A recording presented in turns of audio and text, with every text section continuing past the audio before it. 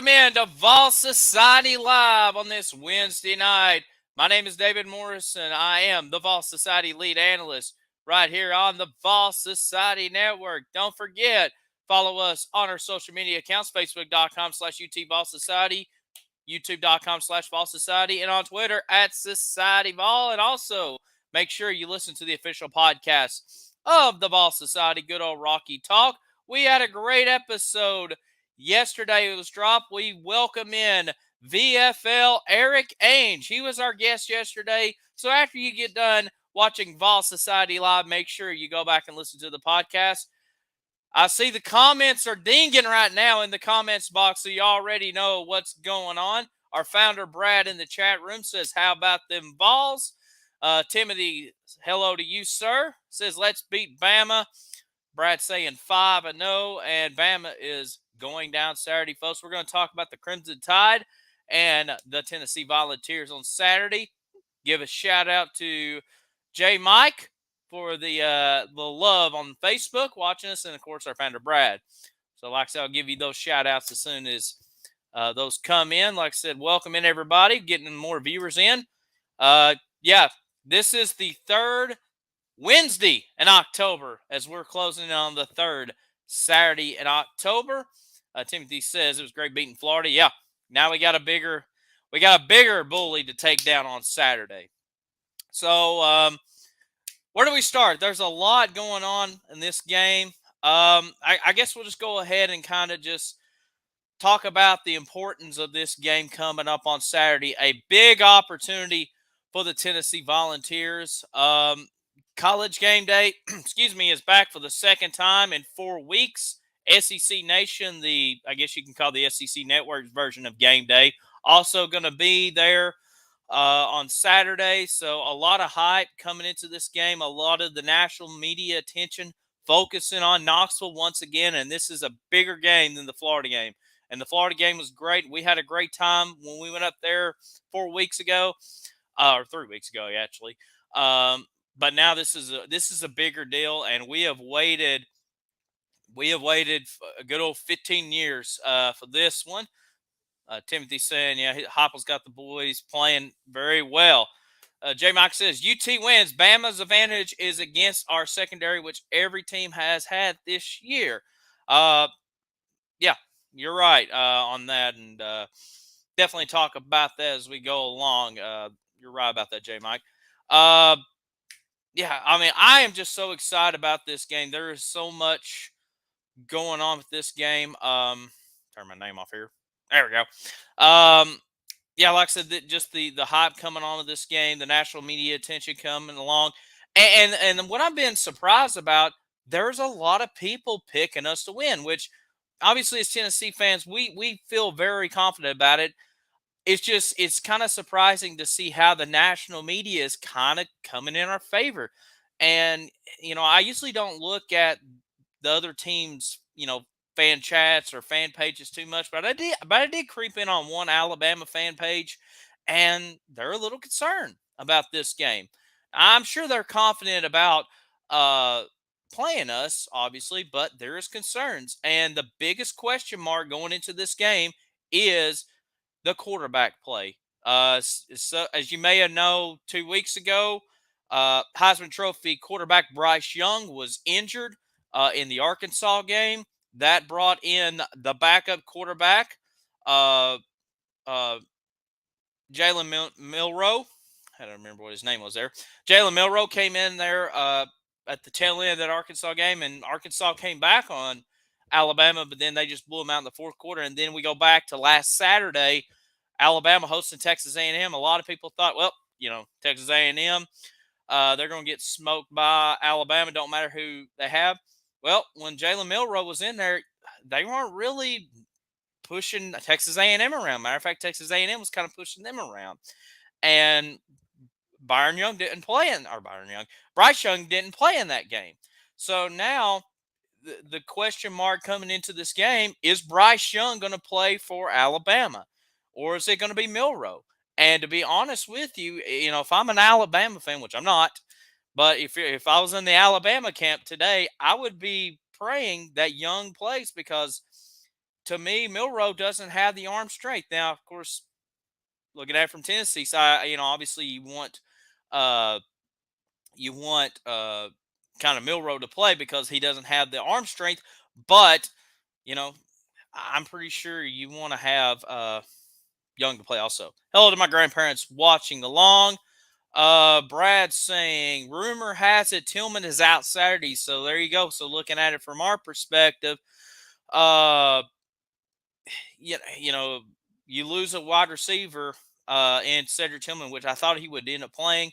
But we talked about it, the depth of the wide receiving core with Brew McCoy. We talked about with Ramel Keaton. We talked about it, uh, everything. So yeah, it's very interesting. Timothy said, seriously, Bama, Texas A&M lost. Yeah, Texas A&M lost to Appalachian State. Now Appalachian State's starting to slip a little bit themselves. They were kind of a hot team when they lost to them, but that's just the way college football gets. Kind of looking at the rest of Alabama's team. We talked about Tennessee, and we'll talk about it as the show rolls along here. Brad says Tillman probably back for Kentucky. Okay. So, like I said, I know he had that scope surgery, so we'll see what goes along. Looking at the running backs for Alabama, their leading rusher is Jahmyr Gibbs. Um, Tennessee fans kind of familiar with Jahmyr Gibbs when Tennessee was looking in the transfer portal for a running back. Jahmyr Gibbs was one of the favorites to land at Tennessee, and then at the last minute went to Alabama, but he's a home run threat. This is probably the most dangerous running back we've faced all year. 64 carries, 532 yards, averaging 8.3 yards a carry. Only has 2 rushing touchdowns, which was a little surprising. I thought he'd have a little bit more. But overall, this is going to be somebody we're going to have to keep an eye out on. I trust Rodney Garner in this defensive line that he produces each and every week. But like I said, what happens once he gets in that secondary? I don't know how our secondary is going to catch up to him. So it's something to be keep an eye out on. McClellan from Alabama, their second leading rusher. Milroe actually is now the third leading rusher, which is interesting to see. Like I said, how is this? Can Tennessee stop this rushing attack? And like I said, obviously the secondary. Like I said, whether it's going to be Young or Milroe going to go. If it's Young, I'm going to be a little more concerned than kind of am with Milroe. But either way, we saw what Anthony Richardson did. A couple weeks ago, went off for 400 yards. Barbara, hello to Barbara. She says, I love my Tennessee Vols. Way to go, Heupel. You are the man with the plan. Absolutely. Give a few more shout outs here. Barbara, thank you for the love on Facebook. Shout out to Vance and Jason, Sheila, Pastor Scott watching along. Keep the comments coming. We're doing a great job. See Timothy commenting. He says it's been a while since we've been this good. Absolutely. And it's very exciting to see. Continuing on with Alabama, the wide receiver core. I think we got a better wide receiver core, even with Tillman out. But, somebody, keep an eye on Holden and Brooks. 18. They got to start with Holden. 18 catches, 223 yards, 4 touchdowns, averaging a little over 12 yards a catch.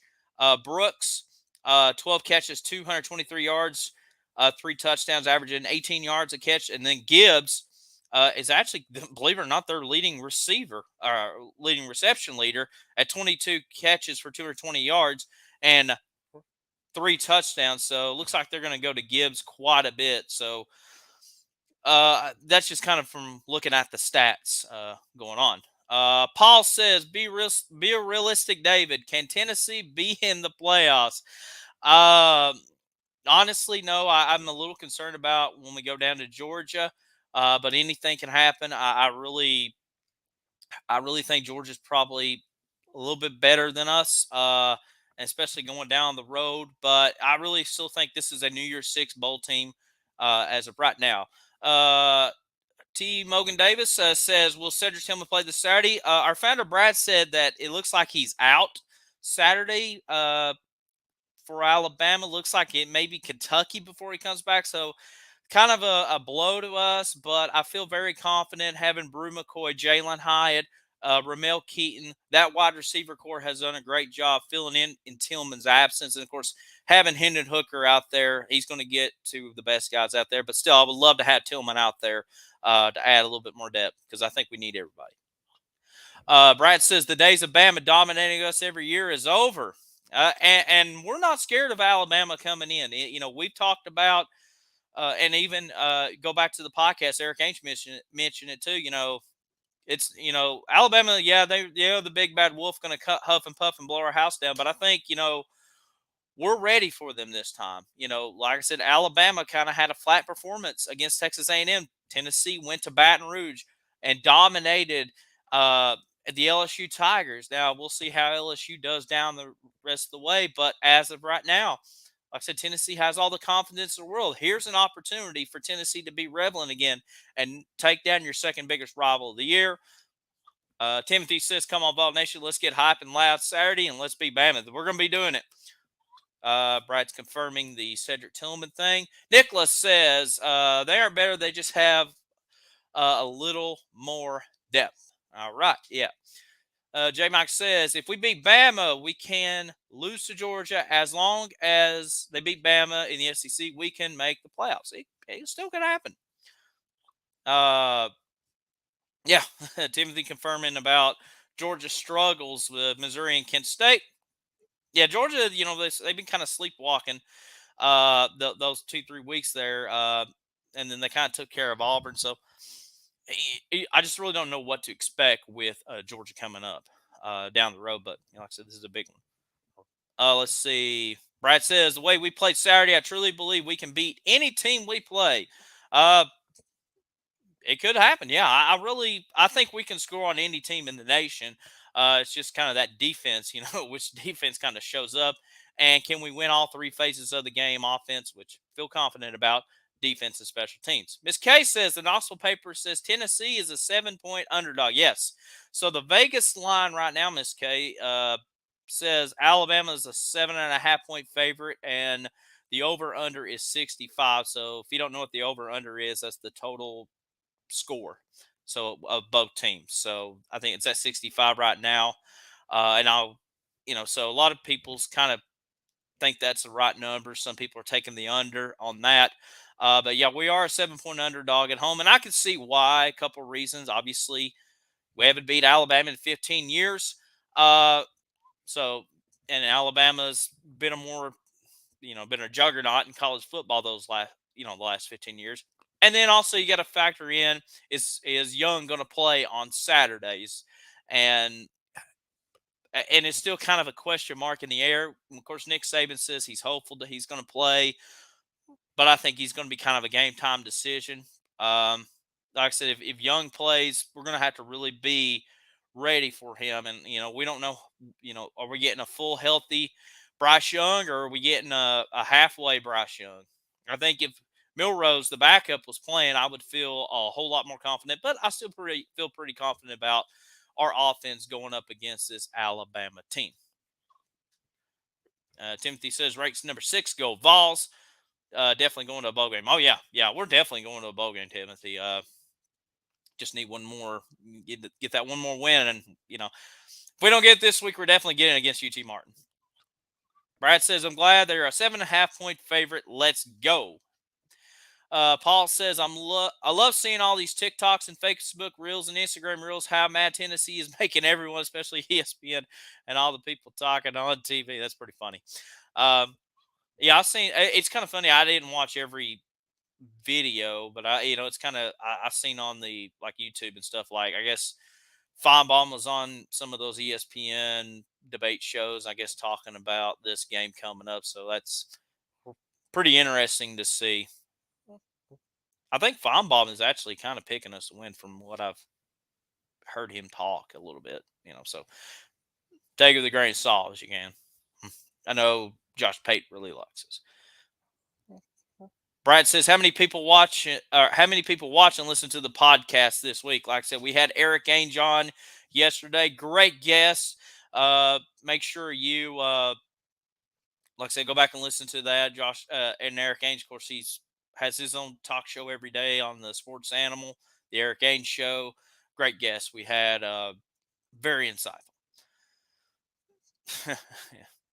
Paul says, considering he graduated from Tennessee and hates Tennessee, I know that's kind of funny how that all kind of works out. Anyways, like I said, keep these comments coming. Like I said, this is a big game. Let's roll some comments, some questions.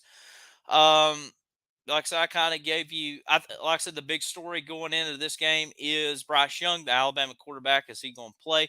And then for Tennessee, just can the secondary make some big plays? Can create turnovers on this Alabama team? Our crowd's going to be ready. Like I said, we got the orange out going on. I'll read Miss K's comment in a second. We got the orange out, so that's different, but should be cool to see visually on TV. Another 3:30 CBS game. I mean, the college football world is going to be focusing on Knoxville, Tennessee. I expect this to be the highest viewing game this weekend, TV ratings wise. Everybody in the state of Tennessee and including Alabama and most of the nation is going to be focusing on this game. It's going to be a sight to see. Miss K says, I'm a nervous wreck. I hope Tennessee is ready and shows up to play. I guess we will see in the first quarter. That's a good point there, Miss K. I mean, Tennessee has really dominated in the first quarter and pretty much, since Josh Heupel's been there.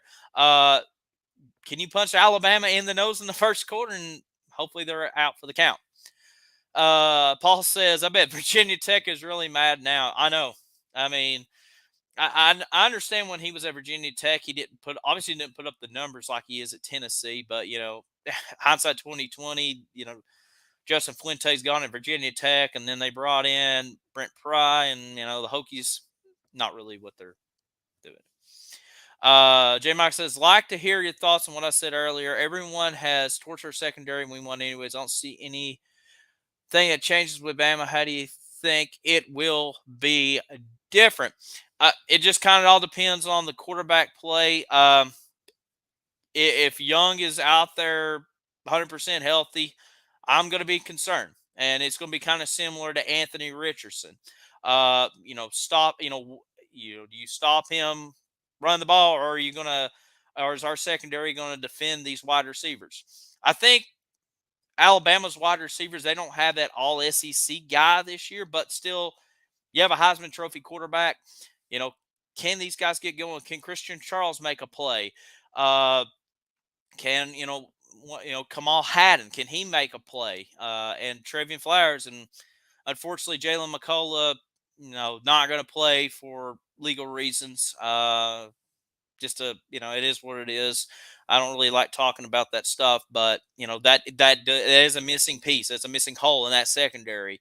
I'm a little concerned about it. That's going to be a key thing there, J Mike, is can you find a way to create turnovers? Now, if the backup is playing, I don't think they'll be doing too much, but we'll see. Just kind of depends on the quarterback, in my opinion. So, Brad said this game will be the most watched game of the week by far. Absolutely. Kay says game day, folks, will be in Knoxville again Saturday. Yes. Is Jalen confirmed out right now? I just don't see.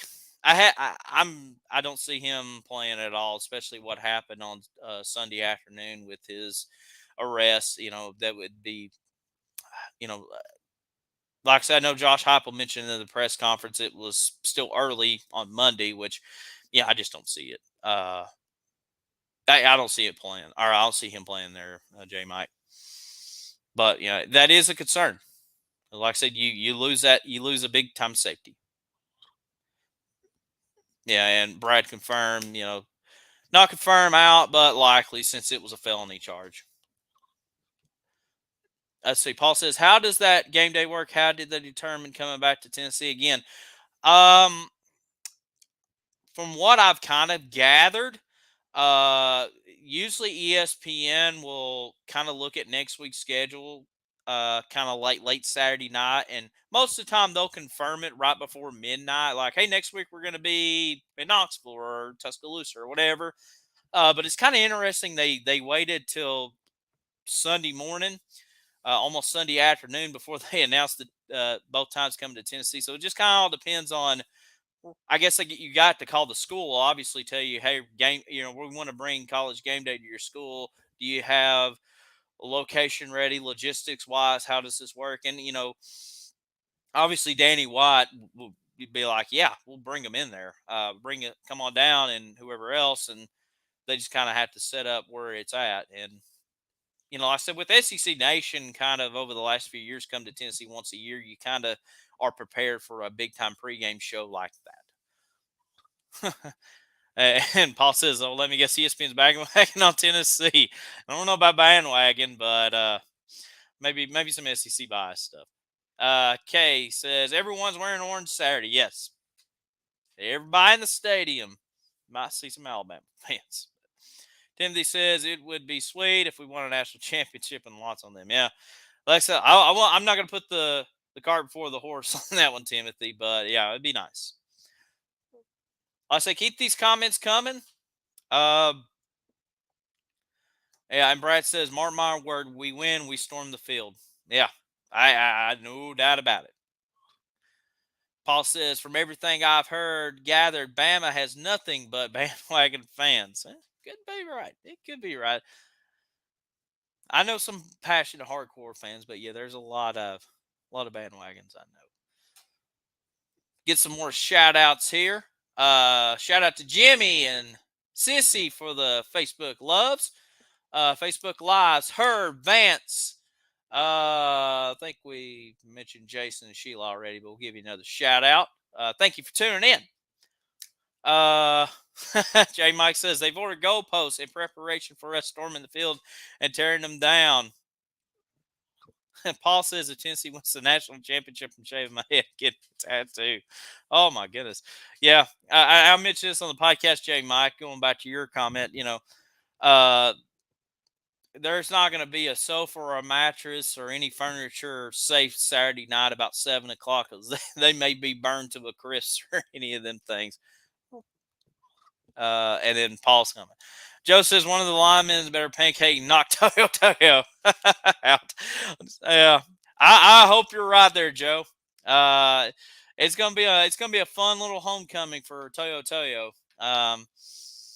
Yeah, probably wishes he was still with us, but I don't know. Timothy says mess we were in, and Heupel has turned us into a powerhouse. Yeah, you're right. I mean, he's coached what 16, 17 games and already knocking on the top 5 in the nation, and college game day's been there twice a year. And you're right, Timothy. I mean, it's just a miracle what he has done, and kudos to Danny White. And Danny White wasn't originally going to bring Josh Heupel in to coach Tennessee, but he felt he was the right person for the job. And kudos to Danny White and kudos to Josh Heupel for believing in this team. And you look at some of these head coaching openings across the nation, and some rumor ones with Auburn, and even though I don't see Brent Venables leaving Oklahoma, but there's some Oklahoma fans turning on Brent Venables, and some of them want Josh Heupel to come back, but there's still some bad blood with Heupel in Oklahoma, especially the way that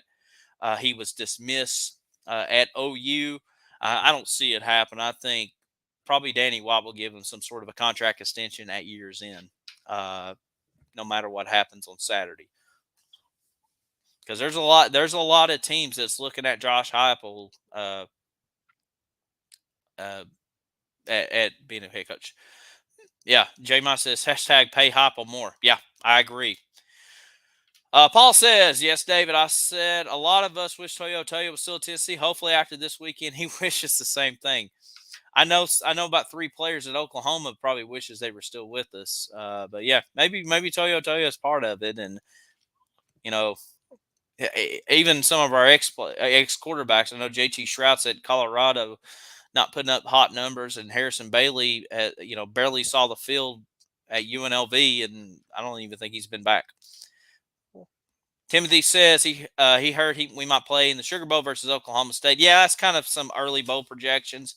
I know the SEC has a contract tie with the Sugar Bowl, as far as they they take the team that's not in the playoff or whatever, the next ranked team, whatever. So yeah, could happen. TK81 watching us on YouTube says, "Go Big Orange" with some orange emojis. Yeah, go Big Orange to you, sir. Thank you for tuning in. Like I said, keep these comments coming. Like I said, this is the third Saturday in October. This is the biggest game in Tennessee football history. Well, in a long time in Tennessee football history.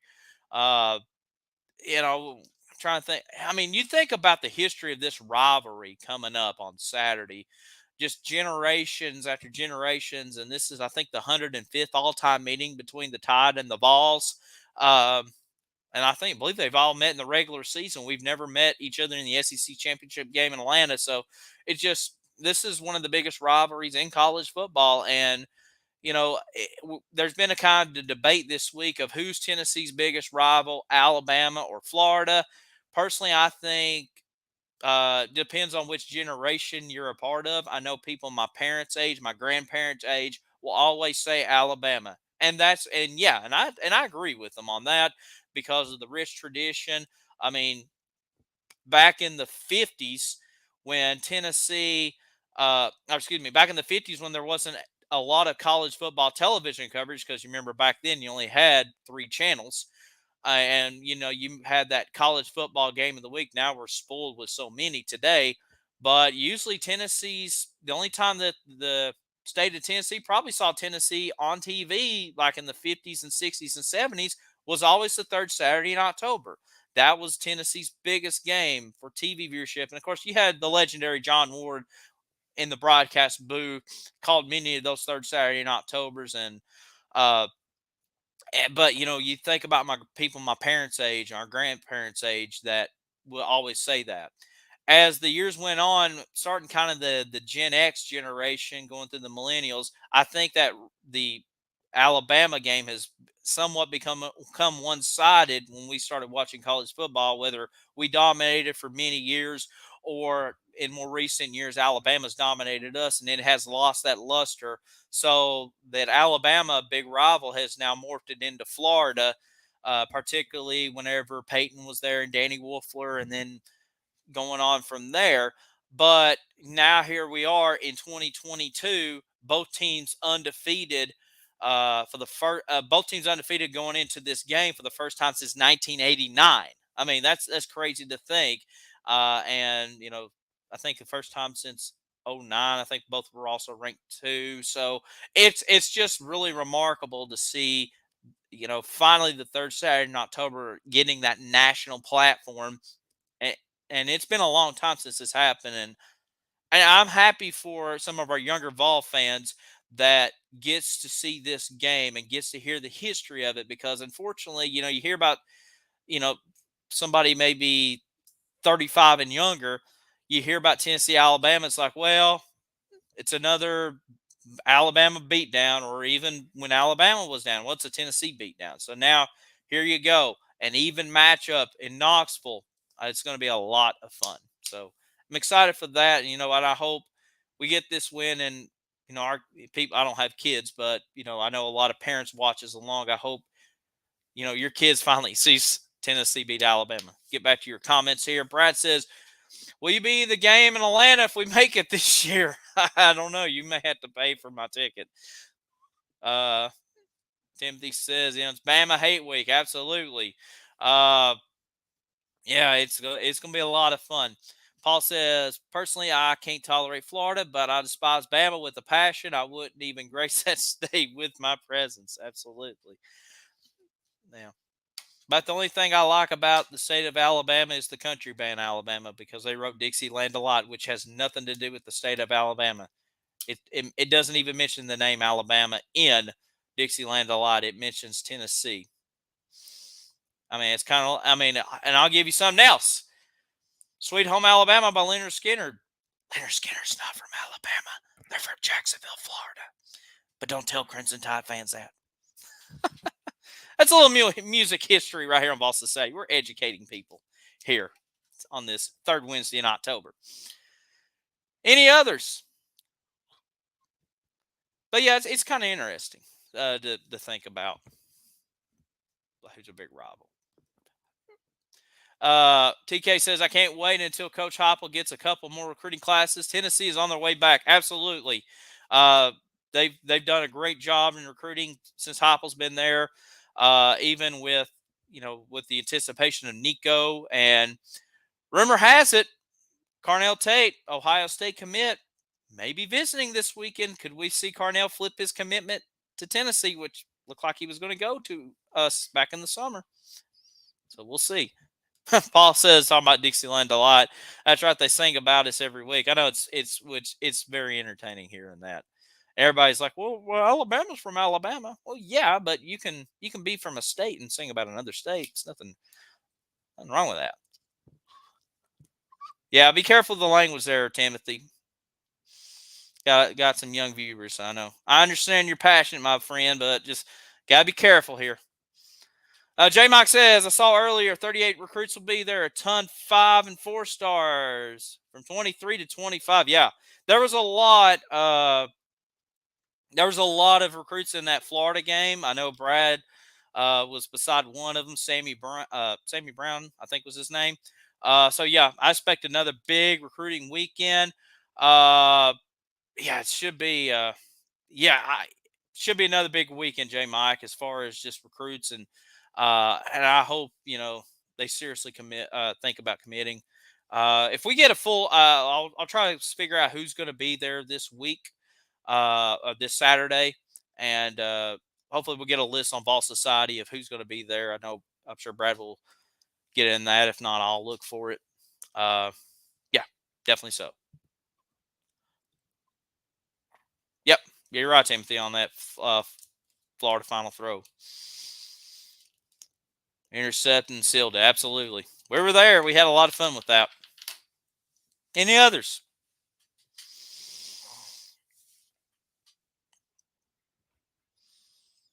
Like I said, let's keep these comments coming. Make sure you listen to the podcast. If you want to be a part of the podcast, I'll go ahead and pull it up here.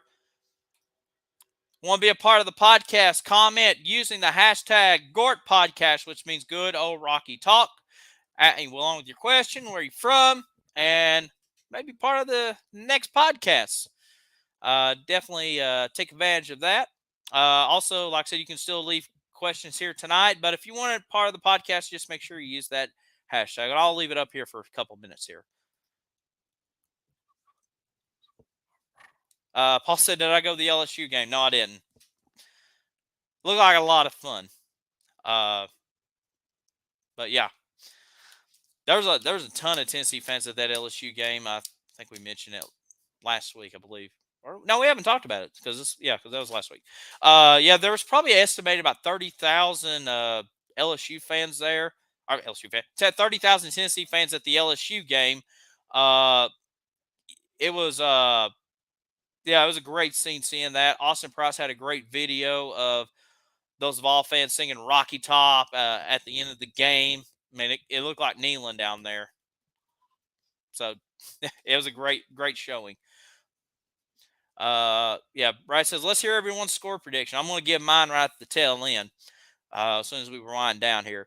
Paul says, it looked like mostly Tennessee fans did. Yeah, I mean, there was a bunch, and mentioned this on the podcast too. There was a flight. I don't know where it was going or it left out of, but it landed in New Orleans, and there was a bunch of Tennessee fans on there. And as soon as the plane was landing in New Orleans, they were all singing Rocky Top. So that was really cool to hear that. And then, like I said, Austin Price had a great video, and it got trended throughout the whole weekend.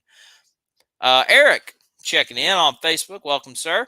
Heard that the teams have only met 10 times when both are ranked in the top 10s, and the Vols are 7-3 in those games. Go Big Orange. That's a great stat, Eric.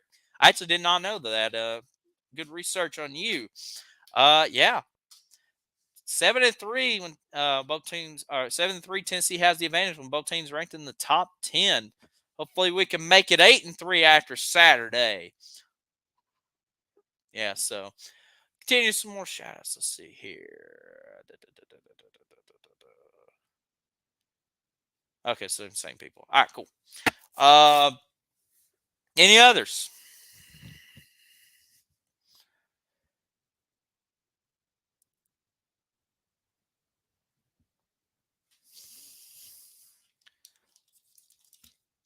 like I said, I'll go ahead and start the.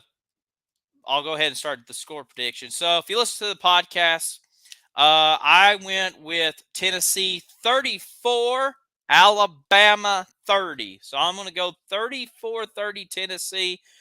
I think this is the year. I think we got the team ready. This is starting to feel very similar to when Alabama played LSU. I thought they played in Baton Rouge in 2019. I was actually wrong. They played in Tuscaloosa. But if you remember, that LSU team in 2019 had Joe Burrow, Jamar Chase, Clyde Edwards-Helaire. They were loaded offensively. Joe Brady, which I know Brad's not going to love hearing that name. He was he was the quarterback coach, and he ended up going to the Panthers. But and Coach Orgeron, that team ended up winning the national championship, and Alabama was a solid team too. Them that year too. You had Najee Harris, and it was a back and forth game, but LSU dominated pretty much kind of that whole game. They kept scoreboard advantage of them. I could see a very similar situation, except the game's in Knoxville. I think Tennessee gets the win. Brad's going 37-35. Vols. J. Mike says, I think the way Texas hurt Alabama is same way we can hurt them. Our quarterback pressure is incredible and is leading the SEC. You're right. And, hindsight 2020, you saw what Texas did with Oklahoma on Saturday. They just blew them out the doors, and Quinn Ewers returned back at quarterback for Texas, and he ended up getting injured in that Alabama game. And if he would have stayed healthy, I think Texas would have won by a couple of scores in that one. Eric saying 38-20 Vols. So I think a lot of college football fans are really picking us. I've seen a couple of Alabama wins. That's fine. I'm not gonna. It's their opinion, but it's almost feels like a dream a little bit, ball fans. Here we are 5-0 on the year. Alabama's coming into Neyland Stadium, a hostile environment.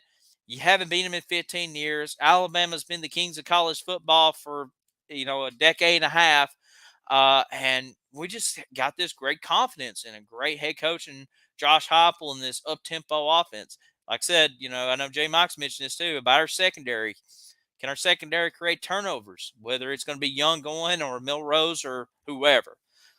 J. Mike saying 35-21 Vols. Yeah. So there's another Tennessee prediction right there. Yeah, I really truly believe that a lot of Vol fans are very confident about this game coming up on Saturday. And like I said, Hendon Hooker, part of that Heisman discussion. Like I said, right now he's the third best odds to win the Heisman Trophy behind C.J. Stroud and Caleb Williams. This is a big opportunity, and I talked about if I'll read Paul's comments in just a minute. You talk about what I think Hendon Hooker needs to do to win the Heisman. He's going to have to beat either Alabama or Georgia. And if he can go out there and beat Alabama and put up another big number like he did against Florida, I think he's the odds-on favorite to win. Or at least going into that Georgia game. J. Mike says, don't forget about the new cornerback off the bench, D. Williams. Yeah, D. Williams, great debut at Tennessee. Like I said, that Tennessee coaching staff gave him the confidence to take that that punt return, and he took it down the field by 50 yards, and he may get a start on Saturday. We got to have all hands on deck in that secondary, J. Mike, especially we don't know who's going to be starting. Paul says, let's talk about the referees of this game. How much is Bama's paying him? That's kind of the that's something that's something you'll have to keep an eye out on. One thing about referees, they love Alabama and Tom Brady, and I know David Dees was kind of fuming after that Falcons game and even Monday night, even though he's not really a Chiefs fan either. Miss K saying 28-17 Vols. So Miss K going with the win. Timothy says 35-28 Vols. J. Mike talking about D. Williams, number 2 quarterback out of JUCO. Yeah, big pickup for the Vols. And hopefully he'll continue that punt return game.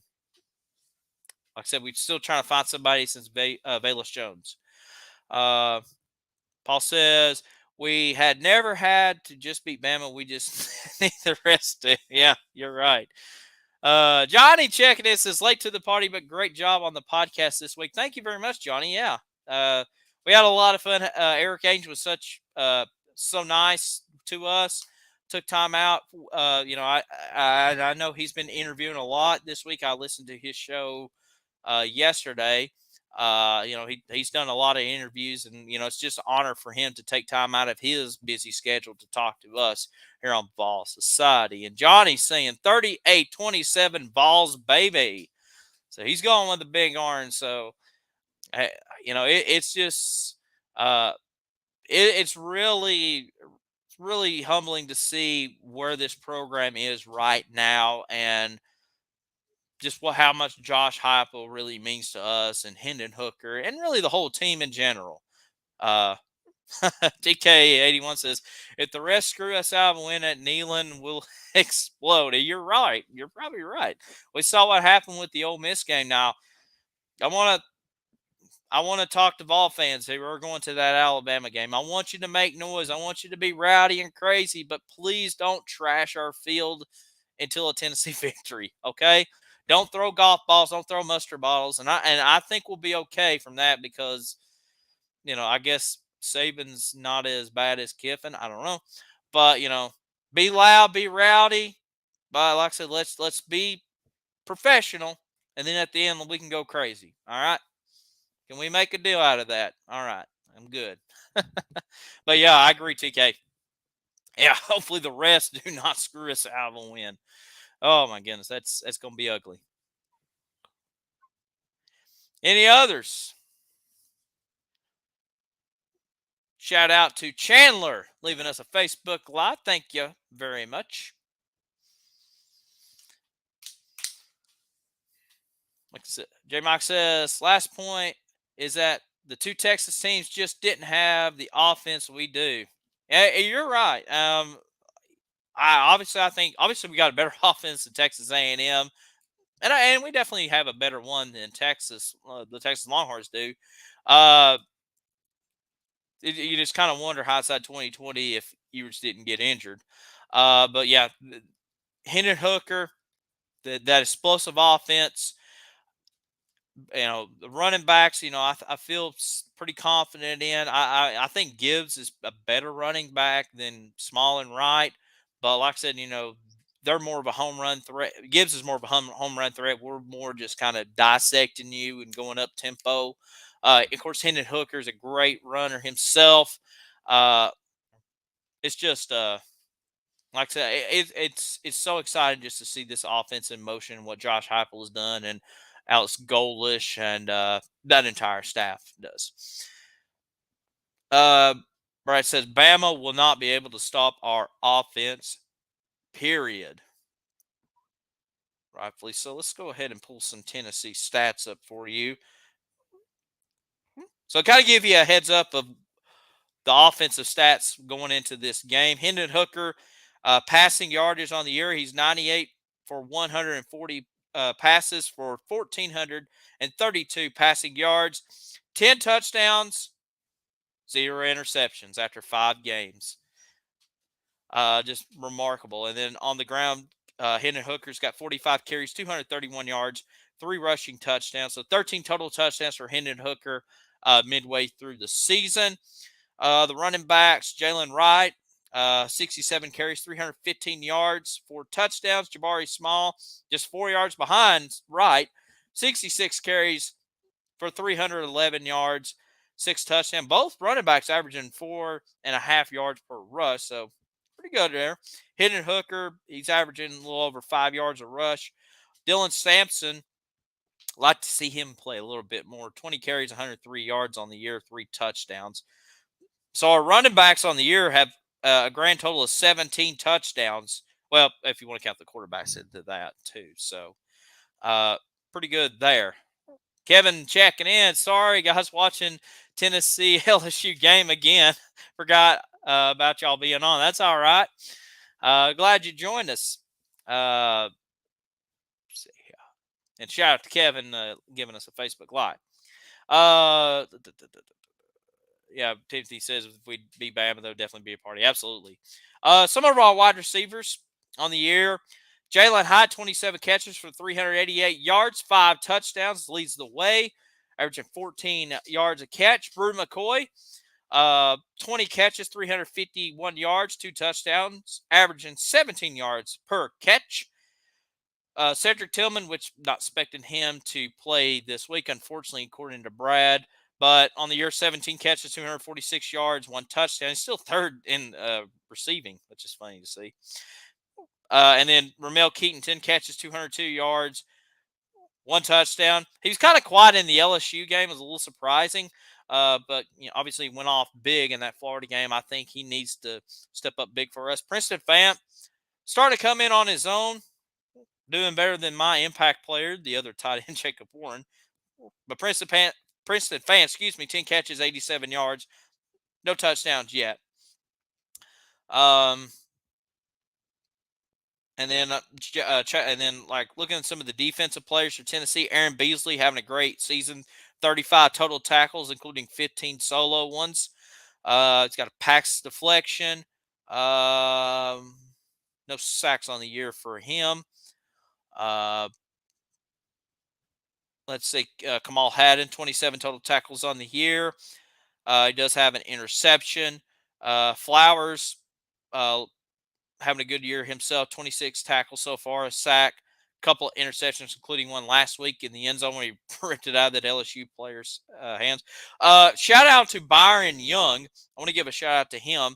The SEC defensive lineman of the week is 2.5 sacks last week against LSU. And on the year, Byron Young has 3.5 sacks on the year, only 14 tackles on the season. So seems like this Tennessee defensive line starting to rack up some sacks right now. They've already got 14 on the year. Love to see our interception number a little bit higher. Well, we got 5 actually, so it's not as bad as I thought. But yeah, shout out to them. And then Chase McGrath won Special Teams Player of the Week himself. Kevin says, yes, sir, it was awesome, especially your guest. He tells it like it is. Always a good podcast with y'all. Thank you, Kevin. Yeah, Eric was he was a great guest. A lot of fun.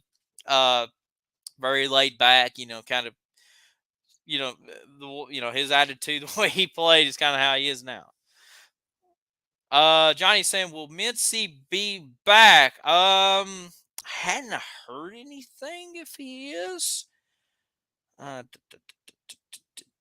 Do a quick Google search here. Brady may have to help me on that one if Mincy's coming back. Timothy says rematch Purdue. I don't see that happening. Uncle Tim, shout out to him watching from Simpsonville, South Carolina. Go Vols. Looks like answer Johnny's question. According to Rocky Top Insider, Tennessee anticipates Gerald Mincy back against Alabama, so that's good there.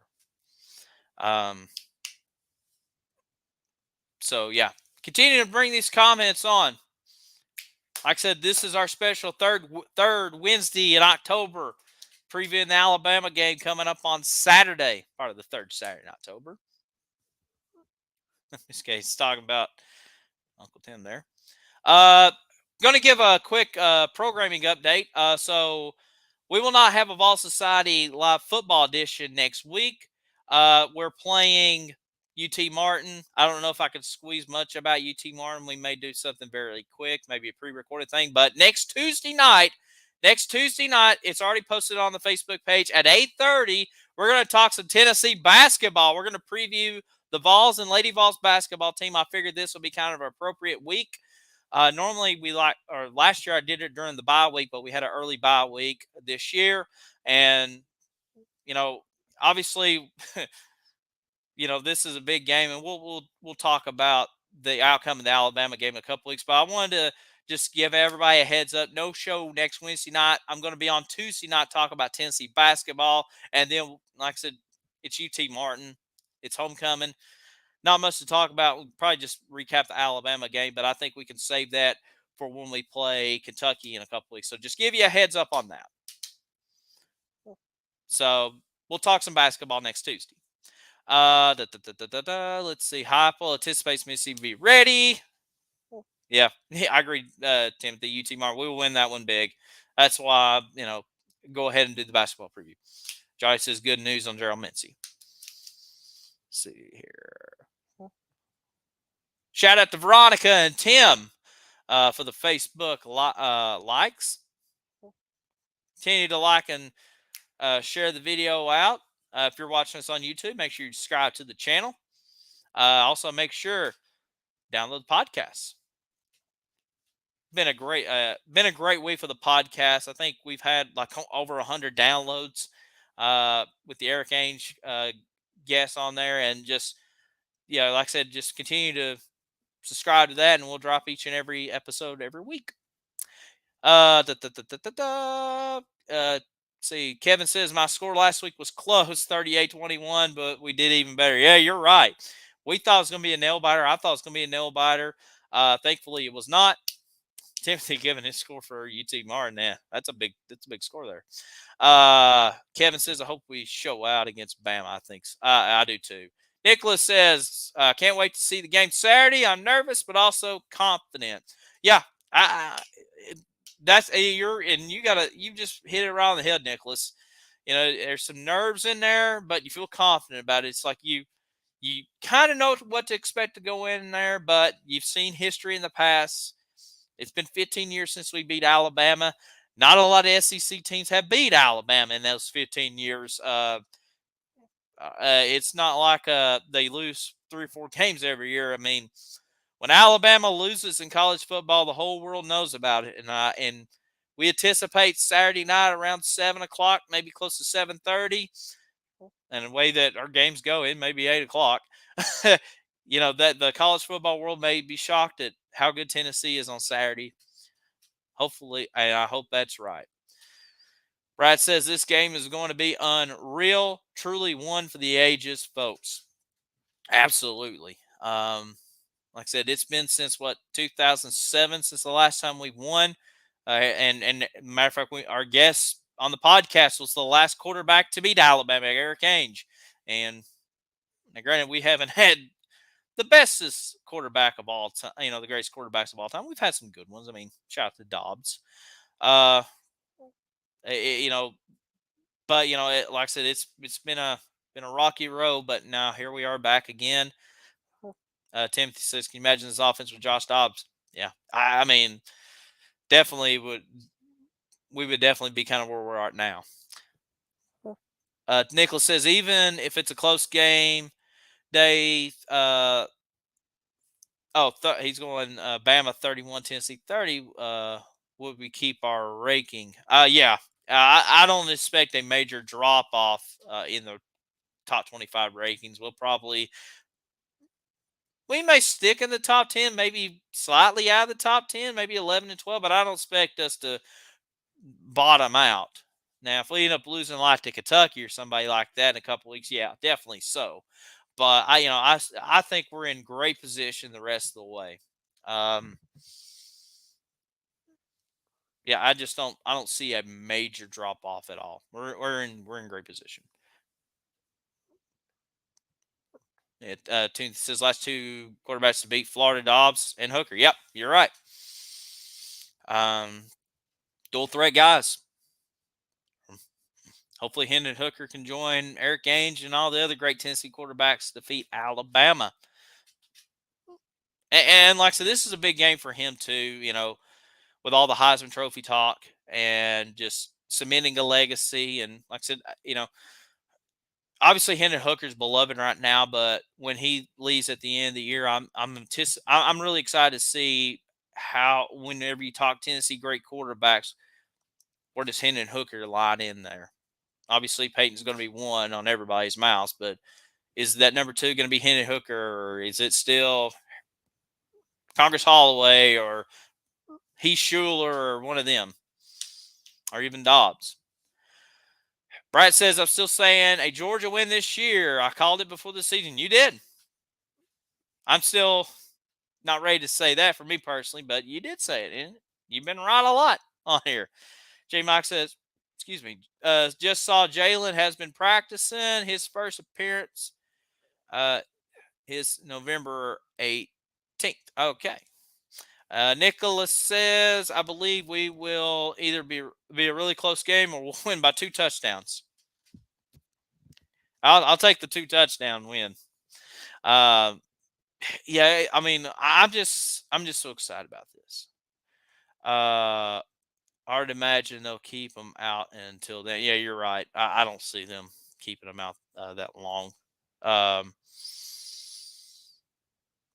yeah, about McCullough. Yeah.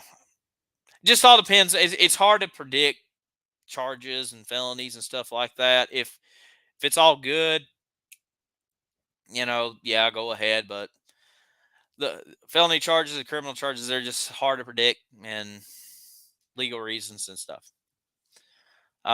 Any others? Man, we haven't even gone an hour yet. We've covered a whole lot. There has been a lot of dead air too. Y'all are doing great tonight. Let's see more shout outs here. Shout out to Nicholas on the Facebook page.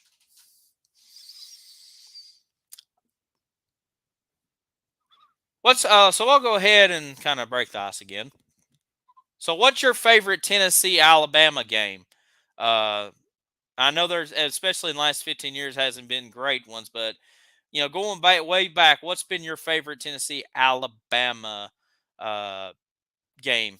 Probably since you've been a fan. Jay Mike says he's got Chloe Akers as an attorney. Well, hopefully they'll work out and we can get Jalen back. I'm terrible with like attorneys and legals and stuff. Brad says the one where we won. So yeah, yeah. I remember I'll go ahead and mention this since my band director's not on here, but he'll probably rewatch. So I remember when I was a teenager playing in high school band. I ended up missing 2 Tennessee and Alabama games because I was at a band competition in 2000 2001. But I do remember uh, us beating those Alabama teams, and of course they were terrible at that time. So definitely a long time ago, and I remember not knowing what happened until like when we got back into Athens because we didn't have cell phones, and I mean we had cell phones, but we didn't have smartphones and internet and stuff. So I don't know why John Burrow scheduled band competitions third Saturday in October. Okay, J-Moss says, I'm an attorney. I think they can play him depending on what the cameras at the apartment shows. I'll drop it. Okay, that's fine. Yeah, I hope it's just a misunderstanding, and hopefully everything works out. It's just for me, it's just hard to talk about legal reasons with young kids because I know a lot of fan bases will poke light of the situation, and I don't want to do that because, like I said, I don't know all the details. I just only read what I hear, and I don't want to say something that will get spread out and make it a bigger deal than what it is. So hopefully everything works out. No, I hope you're right, J. Mike, on that. TK says 2006 Tennessee Alabama game. So it's his favorite one right there. I vaguely remember that. I mean, that's the one we won, obviously. Brad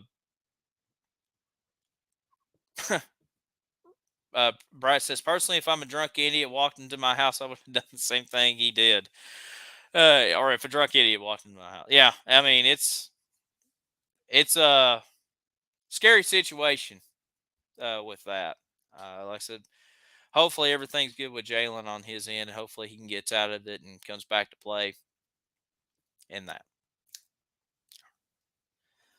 Any others? We've gone an hour. Good job, Vol fans. Shout out to Joy on the Facebook page. Thank you for the like. Any others? Guess we'll kind of start winding down a little bit here. Saturday, 3:30 CBS. College Game Day is going to be there starting, I think their show's at 9 o'clock in the morning. SEC Nation, I think their show's at 10 or 11. Game Day is going to be at Harris Hall. And SEC Nation, I believe, is going to be at Thompson-Boling Arena or on the ramp at Thompson-Boling Arena doing their show. So college football, big wigs are going to be in town. Big game, CBS game. Should be a lot of fun. J. Mike says, I'm not sure what year it was. I think it's the last time we beat Bama. We had a 4th and 19 in overtime, converted and eventually won. Yeah. And TK says Tennessee won in Tuscaloosa in 4 or 5 overtimes. Okay, I remember that one. That was in the, I think, the mid 2000s. So I do remember that one. Ryan checking in, watching us, says maybe 2006. Ryan was on the podcast a couple weeks ago. Make sure you check out his episode a couple weeks ago in the archives. It's a lot of 2006.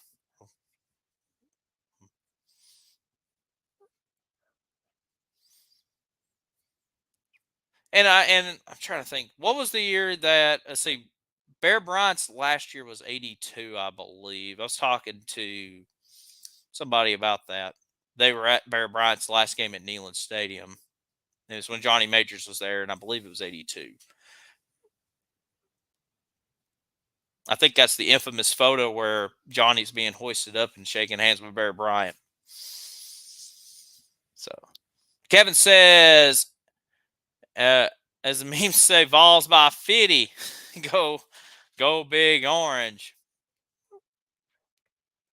Okay, Brad says after interviewing Age Mines, it's the 2006 game when he made the tackle at the 3. Yeah, Eric Age had a great story of that 2006 Alabama game after he threw an interception and had made the tackle at the 3 because he was told, go the pylon. I need to go back on YouTube and watch some highlights again from 2006. I kind of remember it a little bit. I got a Georgia fan on here saying go Dogs. That's all right. We welcome you to Vol Society Live.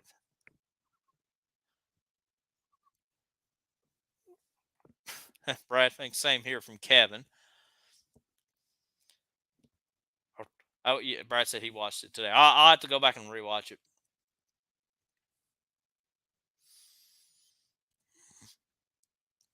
And of course, I thought of one. So y'all have to help me the year. I think it was 1995. The first play of the game, Peyton Manning to Joey Kent. Opening play, I think it was 75 yards. So that was down in Tuscaloosa. I do remember that, or remember seeing that highlight quite a bit. That's a pretty important play. I mean, there's a lot. There's a lot of like miscue plays in Tennessee, Alabama over the last several years, but we don't talk about that.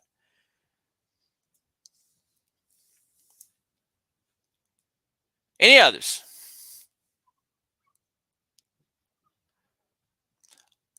All right, I guess we'll kind of start winding it down. All right, so kind of reminder once again, hit all the plugs here.